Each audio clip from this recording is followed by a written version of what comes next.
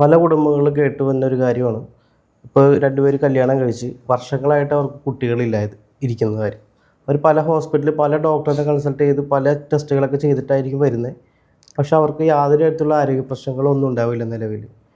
ഈ കൂടോത്രം അങ്ങനത്തെ കാര്യങ്ങൾ കൊണ്ട് ഇങ്ങനത്തെ ബുദ്ധിമുട്ടുകൾ ഒരു വീട്ടിലുള്ളവർക്ക് സംഭവിക്കാൻ ചാൻസ് ഉണ്ട്. സംഭവിക്കും. ഞാനീ പറയാൻ പോകുന്ന ഈ കാര്യങ്ങൾ നിങ്ങൾ ആദ്യം മുഖവിലേക്ക് എടുക്കണ്ട എന്ന് പറഞ്ഞിട്ട് തന്നെയാണ് വീഡിയോ നമ്മൾ തുടങ്ങുന്നത്.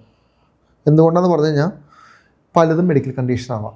നമ്മൾ ഈ മെഡിക്കൽ കണ്ടീഷൻ ആയിരിക്കെ തന്നെ നമ്മൾ ഇത്തരത്തിലുള്ള കാര്യങ്ങൾ പറയുന്നതുകൊണ്ട് സമൂഹത്തിലോട്ട് തെറ്റായ വിവരങ്ങൾ കൊടുക്കുന്നതാണ്.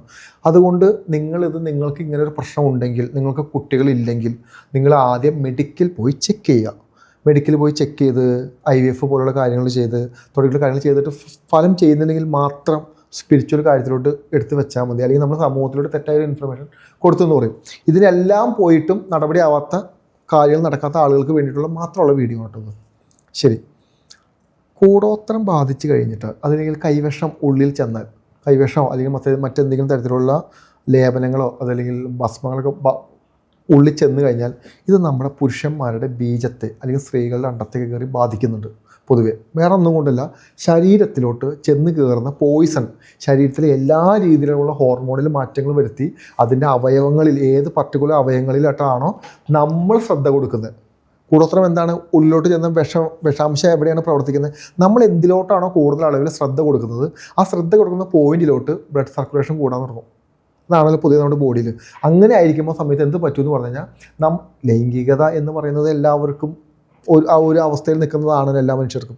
എന്ത് പറ്റുമെന്ന് പറഞ്ഞാൽ പർട്ടിക്കുലർ ഏരിയയിലോട്ട് ചെല്ലുകയും ആ ഏരിയയിൽ ഉണ്ടാകുന്ന ഡാമേജുകൾ മുഴുവൻ ഈ പറയുന്ന കൈവിഷക്കൂട്ടുകൾ കൊണ്ട് നമുക്ക് നടത്തിയെടുക്കാൻ പറ്റും. ഇതിനെ റിലീസ് ചെയ്യാൻ പറ്റില്ല എന്നാണ് പറ്റും. കൃത്യമായ പ്രോസസ്സുകൾ ചെയ്തു പോയാൽ റിലീസ് ചെയ്യാൻ പറ്റും. ഇതുമൂലം ഈ പറയുന്ന ഇഷ്യൂസ് സംഭവിക്കാം. അപ്പോഴും ഡോക്ടേഴ്സിൻ്റെ അടുത്ത് പോകുമ്പോൾ ഇത് എന്താണെന്ന് കണ്ടുപിടിക്കാൻ പറ്റില്ല. വേറെ ബീജത്തിനൊരു കുഴപ്പമുണ്ടാവില്ല, മറ്റോ പെൺകുട്ടിക്കൊരു കുഴപ്പമുണ്ടാവില്ല, ഒരു പ്രോബ്ലം ഉണ്ടാവില്ല. ഇനി ഇത് ഒന്നാമത്തെ കാര്യം, കൂടോത്രം കൈവശം ചെയ്താൽ ഒന്നാമത്തെ കാര്യം. ഇനി രണ്ടാമത്തെ കാര്യം, മാനസികമായ പ്രശ്നങ്ങൾ വന്നു കഴിഞ്ഞാൽ കുട്ടികളുണ്ടാവില്ല. അതൊരു സൈക്കോളജി ഇഷ്യൂ. ഭർത്താവിന് ഭാര്യയോട് താല്പര്യമില്ല, ഭർത്താവിന് ഭാര്യയുടെ ശരീരം പോരാ, ഭർത്താവിന് വേണ്ടത് ഇതാണ്. ഇനി ഭർത്താവ് ഫോൺ അഡിക്റ്റാന്ന് വിചാരിക്കുക, വീഡിയോ അഡിക്റ്റാന്ന് വിചാരിക്കുക, ഭർത്താവിന് മാസ്റ്റർബേഷൻ ചെയ്താൽ മാത്രമാണ് താല്പര്യം ഉണ്ടാവുള്ളൂ, ഉത്തേജനം സംഭവിക്കുള്ളൂ. ഇത് കുട്ടികളുണ്ടാവില്ല. കാരണം എന്താണെന്ന് പറഞ്ഞു കഴിഞ്ഞാൽ ഭാര്യയുമായിട്ട് നടത്തുന്ന ലൈംഗികമായ താല്പര്യങ്ങൾ ആർക്കോ വേണ്ടി ചെയ്യുന്നൊരു പ്രോസസ്സാണ്. അപ്പോൾ ഈ താല്പര്യം ഉണ്ടാവില്ല എന്ന് പറഞ്ഞു കഴിഞ്ഞാൽ ഇത് മാനസികമായിട്ട് ഇതിനകത്ത് ബന്ധമുണ്ടെന്നാണ് പറഞ്ഞത്. അപ്പോൾ അതും കൂടി നമ്മൾ സൈഡിൽ കൂടെ നമ്മൾ ചിന്തിക്കണം. ഇനി ഇതിനേക്കാളും വലിയൊരു പ്രശ്നം എന്താണെന്ന് പറഞ്ഞു കഴിഞ്ഞാൽ വീട്ടിൽ അമ്പലങ്ങളോ നമ്മുടെ മുൻ തലമുറയിൽ ഉപാസന ഉണ്ടായിട്ടുണ്ടെങ്കിൽ ആ ഉപാസന നമുക്ക് കണ്ടിന്യൂ ചെയ്യാൻ പറ്റാതെ പോവുകയോ അല്ലെങ്കിൽ ഉപാസന ദേവീനെ നമുക്ക് കൃത്യമായിട്ട് വേണ്ട നല്ല സ്ഥലങ്ങളിലോട്ട് മാറ്റാൻ പറ്റാതെ വരികയോ, അമ്പലങ്ങൾ ഉണ്ടെങ്കിൽ ആ അമ്പലങ്ങളിലോട്ട് നമുക്ക് നമ്മുടെ രീതിയിലുള്ള കാര്യങ്ങൾ ചെയ്ത് കൊടുക്കാതിരിക്കുകയോ ചെയ്തു കഴിഞ്ഞാൽ ഉപാസന ദേവതയോ ദേവനോ ആരാണെങ്കിലും ആ തലമുറേനെ ലടകൾ. എന്താ കാര്യം എന്ന് പറഞ്ഞു കഴിഞ്ഞാൽ, എന്നെ രാജേഷ് ഒരു 10-20 വർഷം ഉപയോഗിച്ചു എന്ന് കരുതാം. രാജേഷിൻ്റെ എല്ലാ ആവശ്യങ്ങൾക്കും വേണ്ടി രാജേഷിനെ ഉപയോഗിച്ചു. 20 വർഷം കഴിഞ്ഞിട്ട് രാജേഷിൻ്റെ മൈൻഡ് പോലും ചെയ്യുന്നില്ല, എന്നെ തിരിഞ്ഞു നോക്കുന്നില്ല. എനിക്ക് എന്തായിരിക്കും രാജേഷിനോട് തോന്നുന്നത്? 20 വർഷം നീ എന്നെ പണിയെടുപ്പിച്ചില്ലേ, 20 വർഷം നീ എന്നെ ഉപയോഗിച്ചില്ലേ, ഇനി പിന്നെ എന്താ എന്നെ ഇപ്പോൾ തിരിഞ്ഞു നോക്കാത്തത്? ഇത് തന്നെയായിരിക്കില്ലേ ഉപാസന ദേവതകൾക്കും വരുന്നത്? ഉപാസന ദേവതനെ വിളിച്ചു കൊണ്ടിരുത്തി നമ്മൾ പ്രാണനം കൊടുത്ത് നമ്മൾ കർമ്മങ്ങൾ ചെയ്ത് ആ വീട്ടിലുള്ള കാരണവർ ആ വീട്ടിലെ എല്ലാ പ്രശ്നങ്ങളും ഈ ദേവതേനെ വെച്ച് മാറ്റി ആ എല്ലാ ദുഷ്ടകർമ്മങ്ങളും നല്ല കർമ്മങ്ങളും പ്രൊട്ടക്ഷൻ എല്ലാം വിളിച്ചു വരുത്തിയിട്ട് ഒരു പോയിന്റ് എത്തിയപ്പോൾ ദേവത വേണ്ട. ഈ ദേവതയുടെ കഴിവിലായിരിക്കും ഒരു പക്ഷേ ആ വീട്ടിലുണ്ടായിരുന്ന മക്കളും അവരുടെ കൊച്ചുമക്കളൊക്കെ ജീവിച്ചിരിക്കുന്നത്. അത്രയും പ്രശ്നങ്ങളുള്ള കുടുംബത്തിലായിരിക്കും ഈ ദേവത വന്നിരുന്നു, ഉപാസന ദേവത വന്നിരുന്ന് കാര്യങ്ങളെല്ലാം നടത്തും. ദേവതേനെ വിളിച്ചിരുത്തി കാര്യങ്ങൾ നടത്തിയാൽ നിങ്ങൾ ജീവിതാവസാനം വരെ കാര്യങ്ങൾ നോക്കിക്കോളാം. അല്ലെങ്കിൽ പിന്നെ വിളിച്ചിരുത്താൻ പോകരുത്. കാര്യങ്ങൾ ആവശ്യങ്ങളും കഴിഞ്ഞിട്ട് കളയുന്ന പരിപാടിയാണെങ്കിൽ നടക്കില്ല. നമ്മുടെ അപ്പൂപ്പൻ എന്താണ് നമുക്ക് വേണ്ടി ചെയ്തു വെച്ചാൽ നമുക്കറിയില്ല. ഒരു പക്ഷേ നമ്മുടെ കുടുംബത്തിൽ ബാധാദോഷമോ നെഗറ്റീവായ ഇഷ്യൂസോ ഒക്കെ ഉണ്ടായിരുന്നെങ്കിൽ ഒരു പക്ഷേ നമ്മൾ അംഗവൈകല്യമുള്ള ആളുകളായിട്ട് ജനിക്കേണ്ടി വന്നേനെ. നമ്മൾ അംഗവൈകല്യമുള്ള ആളുകളായിട്ട് ജനിക്കാതിരുന്നത് നമ്മുടെ വീട്ടിലെ ഉപാസന ദേവത ഉള്ളതുകൊണ്ടാണ്. അത് ചിലപ്പോൾ ഹനുമാനാവാം, ദേവിയാവാം, ദേവദേവ ആര് വേണമെങ്കിലും ആവാം. ഉപാസന ദേവത. ആ ശക്തി ഉള്ളത് കൊണ്ടാണ് നമ്മൾ ജീവിച്ചിരിക്കുന്നത്. അല്ലെങ്കിൽ നമുക്കൊരു ബുദ്ധിമുട്ട് വരാതിരുന്നത്. നമ്മൾ പറയാണ് ഇതൊക്കെ എന്തിന് ഞാൻ നോക്കണം, ഇതൊക്കെ എന്തിന് ഞാൻ നോക്കേണ്ട ആവശ്യം എന്താ, ഇതൊന്നും എനിക്ക് താല്പര്യമൊന്നുമില്ല, ഇന്ന് മോഡേൺ വേൾഡിലല്ലേ ജീവിക്കുന്നത്, എൻ്റെ ആവശ്യങ്ങൾ എന്താണെന്ന് ചിന്തിക്കുക. കുഴപ്പമൊന്നുമില്ല, നിങ്ങൾ ചിന്തിച്ചോ. പക്ഷെ നിങ്ങൾക്ക് വന്നിരിക്കുന്ന ബുദ്ധിമുട്ടുണ്ടല്ലോ അത് മാറില്ല. തല കുമ്പിട്ടേ പറ്റൂ. നിങ്ങൾ അവിടെ പോയിട്ട് സാഷ്ടാംഗം, ഇങ്ങനൊരു അവസ്ഥ നിങ്ങൾക്ക് ആർക്കെങ്കിലും ഉണ്ടെങ്കിൽ, കുടുംബക്ഷേത്രങ്ങളോ ഉപാസന ദേവതകളോ ഉപാസനയ്ക്ക് ഉപയോഗിച്ച വസ്തുക്കളോ വടി, ചിലമ്പ്, വാള് തുടങ്ങിയിട്ടുള്ള കാര്യങ്ങളൊക്കെ നിങ്ങളുടെ വീട്ടിലിരിക്കുന്നുണ്ടെങ്കിൽ അത് ഒരു സമയത്ത് ദേവിക്കോ ദേവനോ ഏറ്റവും പ്രിയപ്പെട്ട ഒന്നായിട്ട് ഉപയോഗിച്ചിരുന്ന സാധനമാണ്. അതൊന്ന് നെഗറ്റീവായി എന്ന് പറഞ്ഞാൽ അതിന് ശക്തിയില്ല. ഒന്നിന് ആ ഉപാസന ദേവത ഒന്നിന് ശക്തിയില്ലെങ്കിൽ ആരായിരിക്കും ഇങ്ങനെ അറ്റാക്ക് ചെയ്യുന്നത്? നെഗറ്റീവ് എനർജിയുടെ വിളയാട്ടമായിരിക്കും. കാരണം ഈ ദേവത ശക്തിപ്പെട്ട നിന്ന സമയത്ത് റിലീസ് ചെയ്ത തടഞ്ഞിരിക്കുന്ന എല്ലാ സാധനവും തിരിച്ചു വരും. എല്ലാ സാധനവും തിരിച്ചു വന്നിട്ട് കുടുംബത്തെ മൊത്തം കയറി അറ്റാക്ക് ചെയ്തത്. അതിനകത്ത് ഏറ്റവും വീക്കായിട്ടുള്ള ആരാണ് അവർക്ക് ആ ബുദ്ധിമുട്ട് വരും. അതിനകത്ത് ഒരുത്തൻ നെഗറ്റീവായിട്ട് നിൽക്കാനും സാധ്യതയുണ്ട്. അങ്ങനെ വന്നു കഴിയുമ്പോൾ എന്ത് പറ്റും? കുട്ടികളുണ്ടാവില്ല. ഇനി കുഞ്ഞുങ്ങളുണ്ടായാലും ആശുപത്രിയിൽ കയറി ഇറങ്ങേണ്ടി വരും. പല ആളുകളെയും നമ്മളെടുത്ത് നോക്കുമ്പോൾ ഉപാസന ദേവതയുടെ ശാപം കാണാൻ പറ്റും നമുക്ക്. ചിലപ്പോൾ നാഗം ഉണ്ടായിരിക്കും. ആ നാഗത്തേക്ക് എടുത്ത് കളഞ്ഞിട്ടുണ്ടാവും. എന്ത് നാഗം, എന്ത് ഹോള്, ഇതൊക്കെ നമ്മൾ പറഞ്ഞിട്ടുണ്ടാവും. നമുക്ക് വിശ്വാസമില്ല, നമ്മൾ നിന്ദിക്കാനും പോകരുത്, നമ്മളങ്ങ് സൈഡിൽ കൂടെ മാറിപ്പോവാം. ഇനി അതല്ല, നിങ്ങൾ നിങ്ങളുടെ ശാസ്ത്രം പറയുന്ന പോലെയുള്ള കാര്യങ്ങൾ ചെയ്തു നോക്കൂ. ചെയ്ത് നോക്കിയിട്ട് മാറിയില്ലെങ്കിൽ മാത്രം കളി ചെയ്താൽ മതി. അതുകൊണ്ട് കുഞ്ഞുങ്ങൾ ഉണ്ടാവാത്തതിൻ്റെ മെയിൻ കാരണം ഉപാസന ദേവത പിണങ്ങിയിരിക്കുകയോ അതിന് സംതൃപ്തി ഇല്ലാതെ വന്നു കഴിഞ്ഞാൽ നിങ്ങൾക്ക് കുഞ്ഞുങ്ങൾ ഉണ്ടാവില്ല. തടസ്സത്തിന് അങ്ങ് അറ്റമായിരിക്കും. അത് നിങ്ങൾ ചെയ്ത മിസ്റ്റേക്കിൻ്റെ ഭാഗമായിട്ടായിരിക്കില്ല, അത് നിങ്ങളുടെ മുൻ തലമുറ ചെയ്തിരിക്കുന്ന കാര്യങ്ങളോ അത് നിങ്ങൾക്ക് കണ്ടിന്യൂ ചെയ്യാൻ പറ്റുന്ന കാര്യങ്ങളായിരിക്കും. അതുകൊണ്ട് ഇത്തരത്തിലുള്ള കാര്യങ്ങൾ നിങ്ങൾ ശ്രദ്ധിച്ചാൽ ഒരു പക്ഷേ നിങ്ങൾക്ക് കുഞ്ഞുങ്ങൾ ഉണ്ടാവാൻ സാധ്യതയുണ്ട്. കാരണം കുഞ്ഞെന്ന് പറയുന്നത് ഈശ്വരൻ അനുഗ്രഹിക്കാതെ, ഈശ്വരൻ വിചാരിക്കാതെ ഒരു ശരീരം ക്രിയേറ്റ് ആവുകയോ ആ ശരീരത്തിലൂടെ ഒരു ആത്മാവ് ചെന്ന് പ്രവേശിക്കുകയോ ചെയ്യില്ല. ആണല്ലോ. ഇത് ഈ ശരീരം എങ്ങനെ ക്രിയേറ്റ് ആവുന്നു, ഈ ആത്മാവ് എവിടെ നിന്ന് വരുന്നു, ഈ ബോധം എങ്ങനെ ക്രിയേറ്റ് ആവുന്നു നമുക്കിപ്പോഴും നമ്മൾ കണ്ടുപിടിച്ചിട്ടില്ല. നമ്മൾ കണ്ടുപിടിക്കാത്തൊരു വിഷയത്തിൽ കിടന്നാണ് നമ്മൾ കറങ്ങിക്കൊണ്ടിരിക്കുന്നത്. അപ്പോൾ അതുകൊണ്ട് ഈശ്വരൻ്റെ അനുഗ്രഹം വേണം. ഈശ്വരൻ ആരാന്ന് ചോദിച്ചു കഴിഞ്ഞാൽ നിങ്ങളൊരു പർട്ടിക്കുലർ ഈശ്വരനെ ഒന്നും മനസ്സിൽ വിചാരിക്കേണ്ട. പ്രപഞ്ചത്തെ നിങ്ങൾ ഈശ്വരനായിട്ട് എടുത്തോ, ആ എനർജീനെ നിങ്ങൾ ഈശ്വരനായിട്ട് എടുത്തോ. നിങ്ങൾക്ക് ഈശ്വരൻ എന്ന് പറയുന്നത് നിങ്ങൾക്ക് എങ്ങനെ വേണമെങ്കിലും എടുക്കാം. നിങ്ങൾ തന്നെയാണ് ഈശ്വരൻ, നിങ്ങൾ വിചാരിച്ചോളൂ. പക്ഷെ നിങ്ങളാണ് ഈശ്വരൻ എന്ന് നിങ്ങൾ വിചാരിച്ചാൽ നിങ്ങളുടെ ഉള്ളിലെ വൃത്തികേടുകൾ നിങ്ങളെടുത്ത് കളയേണ്ടി വരും. അതൊട്ടും സുഖകരമല്ല. ഈശ്വരനാണെങ്കിൽ നിങ്ങൾ ഈശ്വരനെ പോലെ നിന്ന് വേണം പ്രവർത്തിക്കാനും പെരുമാറാനും ജീവിക്കാനും ഒക്കെ ചെയ്യേണ്ടത്. അല്ല വീട്ടിൽ കയറുമ്പോൾ നെഗറ്റീവും പുറത്തോട്ട് ഇറങ്ങുമ്പോൾ പോസിറ്റീവും എന്നുള്ള പരിപാടിയിലോട്ട് നടക്കില്ല. അപ്പോൾ ഇതുപോലത്തെ കാര്യങ്ങൾ ഇപ്പോൾ പല വീടുകളിലും ഉള്ളതായിട്ട് കേട്ടിട്ടുണ്ട്. ഇതുപോലെ വെച്ച് സേവ മൂർത്തികളെ ഉപാസന ചെയ്തുകൊണ്ടിരുന്നത് ഇടക്കാലത്ത് വെച്ച് നിന്നുപോയി. അത് പണ്ട് തലമുറയിലെ ആൾക്കാർ കൈമാറി വന്നത് ആരും സ്വീകരിക്കാതെ വരിക, ഇപ്പോഴത്തെ തലമുറക്ക് അത് കൊണ്ടുപോകാൻ പറ്റാതെ വരിക. അതിൻ്റെതായ ദോഷങ്ങൾ ഒരുപാട് ഫാമിലികൾക്കുണ്ട്. അത് എത്ര രീതിയിലെ കാര്യങ്ങൾ കൊണ്ട് അതൊക്കെ മാറ്റിയെടുത്ത് നല്ലൊരു ജീവിതത്തിലോട്ട് കടന്നു പോകാൻ പറ്റും? വളരെ സീക്രട്ടായിട്ട് ചില കാര്യങ്ങളാണ് ഇതിനകത്ത് ചെയ്യാനുള്ളത്. എനിക്ക് പറയാൻ പറ്റില്ല. പറഞ്ഞു കഴിഞ്ഞാൽ പബ്ലിക്കിലോട്ട് പോകും. നമ്മളിങ്ങനെ പറഞ്ഞു കഴിഞ്ഞാൽ പിന്നെ ഇവർ പോയിട്ട് ചെയ്യുന്ന കാര്യങ്ങൾ ചെയ്ത് കഴിഞ്ഞതിന് ബുദ്ധിമുട്ട് വന്നു കഴിഞ്ഞാൽ പിന്നെ നമുക്കത് വലിയ ബുദ്ധിമുട്ട്. സൊല്യൂഷൻ ഉള്ളതാണോ? ഇതിന് സൊല്യൂഷൻ ഉണ്ട്. ഇതിൻ്റെ മെയിൻ സൊല്യൂഷൻ നിങ്ങളുടെ ഫാമിലിയുമായി ബന്ധപ്പെട്ടിട്ട് ആരെങ്കിലും കാണുമല്ലോ, ജ്യോത്സ്യന്മാരോ അല്ലെങ്കിൽ ഈ കാര്യങ്ങൾ ചെയ്തിട്ടിരിക്കുന്ന ഏത് ആൾക്കാർ കാണും, അവരോട് വിളിച്ചിട്ട് ഈ ഉപാസന ദേവതയെ പ്രീതിപ്പെടുത്തുക, അതിനുവേണ്ട പ്രവർത്തനങ്ങൾ ചെയ്യുക. നിങ്ങൾക്ക് വിശ്വാസം കൊണ്ടില്ലെങ്കിലും പൂർണ്ണ വിശ്വാസത്തിലുള്ള കാര്യങ്ങൾ ചെയ്യുക.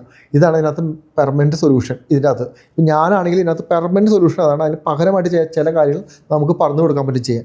പക്ഷേ എങ്കിൽ പോലും ഇപ്പം ഞാൻ നേരത്തെ പറഞ്ഞ പോലെ ഈ ബ്ലാക്ക് മാജിക്കും മറ്റ് പല കാര്യങ്ങളോ ബാധിച്ചിട്ടുണ്ടെങ്കിൽ അതിന് വേണ്ടിയിട്ടുള്ള പ്രോസസ്സിൽ ചെയ്യണം. എന്തായാലും ഒറ്റ കാര്യമുള്ളൂ, ഒന്നെങ്കിൽ നിങ്ങൾ നല്ല ഒരു ഉപാസന സ്വീകരിക്കുക, നല്ലൊരു ഗുരുവിൻ്റെ അടുത്ത് പോയി മൂലമന്ത്രം സ്വീകരിച്ച് മൂലമന്ത്രം ജപിച്ച് കൃത്യമായിട്ടൊക്കെ പോയി കഴിഞ്ഞാൽ ഒരു കുറച്ച് നാൾ കഴിയുമ്പോൾ അതൊക്കെ മാറ്റം വരും. പിന്നെ ആവശ്യം കഴിയുമ്പോൾ വീണ്ടും എടുത്ത് കളയാനുള്ളൊരു പ്രവണതയിലോട്ടൊന്നും പോകരുത്. അത് നിങ്ങൾക്ക് ഇതിനും വലിയ തിരിച്ചടി കിട്ടും. വിളിച്ച് വരുത്തിയോ അത് നിങ്ങളുടെ മരണം വരെ നിങ്ങൾ കൊണ്ടുപോയിക്കണം, നിർത്താൻ പറ്റില്ല. അതുപോലെ തന്നെയാണോ കൈവശദോഷവും ഇതുപോലെ തന്നെയാണോ ബാധിക്കുന്നത്? ബോഡിയിൽ ഒരു കൂടിയ അളവിലുള്ള പ്രാണോർജ്ജത്തിൻ്റെ അളവ് കൂടിക്കഴിഞ്ഞാൽ കൈവശം തനിയെ റിലീസാവും. ശരിക്കും ഇതൊരു പോയിസൺ ആയിട്ടാണോ ഉപയോഗിക്കുന്നത്?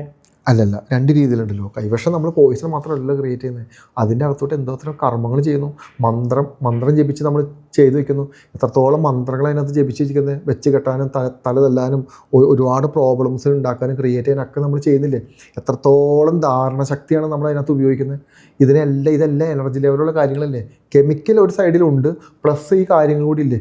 കെമിക്കൽ സൈഡും ഈ കാര്യങ്ങൾ നമുക്ക് റിലീസ് ചെയ്യണമെങ്കിൽ ബോഡിയുടെ എല്ലാ സെല്ലുകളിലോട്ടും എല്ലാ ഇതിലോട്ടും നമ്മൾ പ്രാണോർജ്ജത്തെ ഫില്ല് ചെയ്താൽ മാത്രം മതി. പ്രാണോർജ്ജം എന്ന് പറയുന്ന ഊർജ്ജ പ്രവാഹം സംഭവിച്ചാൽ ഒന്നും നിലനിൽക്കില്ല. ഈ പ്രപഞ്ചമേ നിൽക്കുന്ന ഈ ഊർജ്ജത്തിലാണ്. അങ്ങനെയെങ്കിൽ ആ ഊർജ്ജത്തെ നമ്മുടെ ശരീരത്തിലോട്ട് സ്വീകരിക്കുക. ഇതാണ് ഇതിനകത്ത് പെർമനൻറ്റ് സൊല്യൂഷൻ. ഈ കാര്യം നിങ്ങൾക്ക് ചെയ്യണമെന്നുണ്ടെങ്കിൽ നല്ലൊരു മെഡിറ്റേഷൻ സ്വീകരിച്ച് ആ മെഡിറ്റേഷൻ മുടങ്ങി പോകാത്ത രീതിയിൽ കണ്ടിന്യൂ ചെയ്തു പോവുക. ഇപ്പം ഞാൻ കൊടുക്കുന്ന മെഡിറ്റേഷൻ ചെയ്തിട്ട് എന്തൊക്കെ കാര്യങ്ങൾ സംഭവിക്കുന്ന ആളുകൾക്ക്, കൃത്യമായിട്ട് ചെയ്തു പോകുന്ന ആളുകൾക്ക് അതിൻ്റെ അത്രയും വാല്യൂ കിട്ടും. അല്ലാത്ത ആളുകൾക്ക് വളരെ കുറച്ച് കിട്ടിക്കൊണ്ടിരിക്കും. ഒന്നുമില്ല.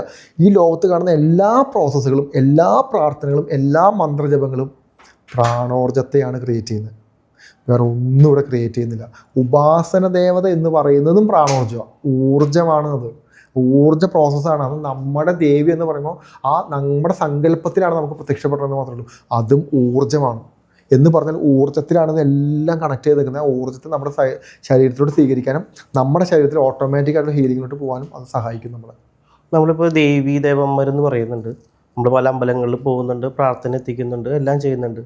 ഈ ദേവി ദേവന്മാരെ മറ്റൊരു രീതിയിലോട്ട് കൺവേർട്ട് ചെയ്യാൻ പറ്റും? എങ്ങനെ? നല്ല രീതിയിൽ കർമ്മം കൊടുത്ത് കാര്യങ്ങൾ ചെയ്യുന്നതും അതുകൂടാതെ ഇതെല്ലാം നെഗറ്റീവായിട്ടുള്ള കാര്യങ്ങൾക്ക് യൂസ് ചെയ്യുന്നതായിട്ട് കേട്ട് വന്നിട്ടുണ്ട്. ശരിക്കും യഥാർത്ഥത്തിൽ അങ്ങനെ ഉള്ളതാണോ? അതായത് എൻ്റെ ഒരു കൂട്ടുകാരനെ ഞാൻ ഒന്ന് വണ്ടിയിൽ കയറും, നമുക്കൊന്ന് അപ്പുറത്ത് ജംഗ്ഷൻ വരെ പോയിട്ട് വരാമെന്ന് പറഞ്ഞിട്ട് ഞാൻ ഇവനെ കൊണ്ടുപോയിട്ട് അപ്പുറത്ത് കൊണ്ടുപോയിട്ട് ഒരു കുഴി കൊണ്ട് ചാടിക്കുക, വലിയൊരു പ്രോപ്പർട്ടി കൊണ്ട് ചാടിക്കുക. എന്ത് സംഭവിക്കും എന്നാലോചിച്ച് നോക്കി. നമ്മുടെ കൂടെയുള്ള ദേവതയെ നമ്മളുമായിട്ട് ബന്ധപ്പെട്ട് നിൽക്കുന്നത്, നമ്മൾ പറയാണ് അല്ല എന്നെ സഹായിക്കണം, ഹെൽപ്പ് ചെയ്യണം, നീ ഇന്ന കർമ്മം ചെയ്യണം എന്ന് നമ്മൾ പറയുമ്പോൾ ദേവത അത് ചെയ്തു തരും നമുക്ക്. അപ്പം നെഗറ്റീവായിട്ടുള്ള കാര്യങ്ങൾ ചെയ്യിക്കണമെങ്കിലോ? ചെയ്യും. അപ്പം അതിൻ്റെ തിരിച്ചടി നെഗറ്റീവ് എന്ന് പറയുന്നത് ദേവതയെ സംബന്ധിച്ച് നമ്മളാണ് പോസിറ്റീവായിട്ട് ഇരിക്കുന്നത് ആണല്ലോ. നമ്മുടെ ദേവതയാണ്, നമ്മളാണ് പോസിറ്റീവായിരിക്കുന്നത്. നമ്മുടെ ദേവത എന്ന് പറയുന്നത് യഥാർത്ഥ ദേവതയല്ല, നമ്മൾ ദേവതയെ ക്രിയേറ്റ് ചെയ്തേക്കാം. നമ്മുടെ ധാരണശക്തി ഉപയോഗിച്ച്, നമ്മുടെ മന്ത്രജപങ്ങൾ ഉപയോഗിച്ച് നമ്മൾ ശക്തി കൊടുത്തു വെച്ചിരിക്കുന്ന ദേവതയാണ്. അത് യഥാർത്ഥ ദൈവം ഭദ്രകാളിയാണെന്ന് വിചാരിക്കുക. ഞാനൊരു ഭദ്രകാളി ഉപാസകനാണെന്ന് വിചാരിക്കുക. എൻ്റെ വീട്ടിലിരിക്കുന്ന വിഗ്രഹവും എൻ്റെ വീട്ടിലിരിക്കുന്ന ചൈതന്യവും യഥാർത്ഥ ഭദ്രകാളിയല്ല. അത് എൻ്റെ ധാരണശക്തിയാണ്. എൻ്റെ ധാരണശക്തി വളരെ കൃത്യമായി പോസിറ്റീവായിട്ട് നീണ്ട വർഷങ്ങളോളം ഞാൻ കൊണ്ടുപോയി മന്ത്രങ്ങൾ ജപിച്ച് മന്ത്രസിദ്ധി വരുത്തി കഴിയുമ്പോഴാണ് യഥാർത്ഥ ഭദ്രകാളി എനിക്ക് പ്രത്യക്ഷപ്പെടുന്നത്. ആ യഥാർത്ഥ ഭദ്രകാളി പ്രത്യക്ഷപ്പെടുന്നതിന് മുമ്പ് വരെ ഈ വീട്ടിലിരിക്കുന്ന ഭദ്രകാളിക്ക് ശക്തിയുണ്ട്. ഈ ശക്തി എന്ന് പറയുന്നത് എൻ്റെ ശക്തിയാണ്. ഈ ശക്തിയാണ് ഞാൻ നെഗറ്റീവ് കാര്യത്തിന് ഉപയോഗിക്കുന്നത്. പക്ഷേ ഇതിൻ്റെ എഫക്റ്റ് അടിക്കുന്നത് അമ്മയ്ക്കായിരിക്കും, ദേവിക്കായിരിക്കും. അപ്പോൾ നമ്മൾ ഭദ്രകാളീനെ ഇപ്പോൾ ദേവിമാരെ നമുക്ക് ബാധയായിട്ട് മാറ്റാമല്ലോ. അതന്നെയാണ് ചോദിച്ചത്. മനസ്സിലായോ? ബാധയായിട്ട് മാറ്റി കഴിഞ്ഞ ഒരു പ്രശ്നമുണ്ട്. അപ്പം എൻ്റെ ഒരു കൂട്ടുകാരനെ ഞാൻ എൻ്റെ ഒരു ശത്രുവിൻ്റെ വീട്ടിലോട്ട് പറഞ്ഞയച്ചു. ശത്രു വീക്കായതുകൊണ്ട് അവൻ പോയിട്ട് ഒച്ചപ്പാടും വിളക്കുണ്ടാക്കിയിട്ട് തിരിച്ചു വന്നു. ശത്രു ബലമുള്ളവനാണെങ്കിലോ കൂട്ടുകാരനെ അവിടെ ഇട്ട് പഞ്ഞിക്കിടും, വർദ്ധിക്കും ഇല്ലേ? അപ്പോൾ ഞാനല്ലേ അതിനകത്ത് മിസ്റ്റേക്ക്. ഞാൻ മനസ്സിലാക്കണ്ടേ, ഞാൻ എൻ്റെ കൂട്ടുകാരനെ എങ്ങോട്ടാണ് പറഞ്ഞയച്ചതെന്ന്. ഇത് തന്നെയാണ് നമ്മൾ ചെയ്യേണ്ടത്. നമ്മുടെ ദേവതേനെ നമ്മൾ പറഞ്ഞയക്കുമ്പോൾ നമ്മുടെ ദേവത അത്രത്തോളം ശക്തിപ്പെട്ടിട്ടാണ് ഇരിക്കണമെന്ന് ചിന്തിക്കണം. ദേവതയാണല്ലോ, ദേവതയ്ക്ക് ശക്തി ഉണ്ടല്ലോ, ദേവത അങ്ങ് പോയിട്ട് നടത്തിക്കൊണ്ട് വരുമല്ലോ എന്നൊന്നും ചിന്തിക്കരുത്. ദേവതയ്ക്ക് ശക്തി ഉണ്ടെങ്കിൽ മാത്രമേ അത് സംഭവിക്കുള്ളൂ. ഇത്തരക്കാർ ഇത്തരം രീതിയിൽ പലർക്കും പല കാര്യങ്ങൾക്ക് വേണ്ടിയിട്ടും ഇതുപോലത്തെ ദേവതകൾ ഉപയോഗിച്ചിട്ട് പല കാര്യങ്ങൾ ചെയ്തു കൊടുക്കുന്നവരെ പറ്റി കേട്ടിട്ടുണ്ട്. ഇതിന് ശരിക്കും തിരിച്ചടി ചെയ്യുന്ന ആൾക്കാണോ ചെയ്യിപ്പിക്കുന്ന ആൾക്കാണോ കൂടുതൽ എഫക്റ്റീവായിട്ട് വരുന്നത്? ചെയ്യുന്ന ആൾക്കും ചെയ്യിപ്പിച്ച ആളുകൾക്കും പ്രശ്നം വരും. നമ്മുടെ ദേവതേനെ നമ്മൾ അങ്ങനെ ഉപയോഗിക്കാൻ പാടില്ല. നമ്മുടെ ദേവത നമ്മൾ ചെയ്യാം. ഇപ്പോൾ ഹീലേഴ്സൊക്കെ ആണെങ്കിലും മറ്റ് കർമ്മങ്ങളൊക്കെ ചെയ്യുന്ന ആളുകൾക്കാണെങ്കിലും നല്ലതിന് വേണ്ടി ചെയ്യാം. നല്ലതിന് വേണ്ടി എന്ത് ചെയ്യാം. ഇപ്പോൾ ദേവതമാരാണെങ്കിലും അവരുടെ ലൈഫിൽ അവർ നിഗ്രഹിക്കാറുണ്ട്, യുദ്ധം ചെയ്യാറുണ്ട്. എല്ലാം എന്തിനാ? അവിടെ ഒരു നന്മയുണ്ട്. നന്മയുള്ളത് കൊണ്ടാണ് അവർ യുദ്ധത്തിന് ഇറങ്ങുന്നത്. നന്മ ജയിക്കണം, അങ്ങനെ നമുക്ക് ചെയ്യാം. പക്ഷെ ഇവിടെ അതല്ലല്ലോ. ഇവിടെ പണത്തിന് വേണ്ടിയിട്ട് മറ്റു പല ആവശ്യങ്ങൾക്ക് വേണ്ടിയിട്ട് ദേവതനെ ഉപയോഗിച്ചാൽ ദേവത ക്ഷയിക്കും, തിരിച്ചടി കിട്ടും, വിട്ട സാധനം മുഴുവൻ, അതായത് നമ്മൾ പറഞ്ഞു വിട്ട നെഗറ്റീവായ സോൾ മുഴുവൻ തിരിച്ചു വരും.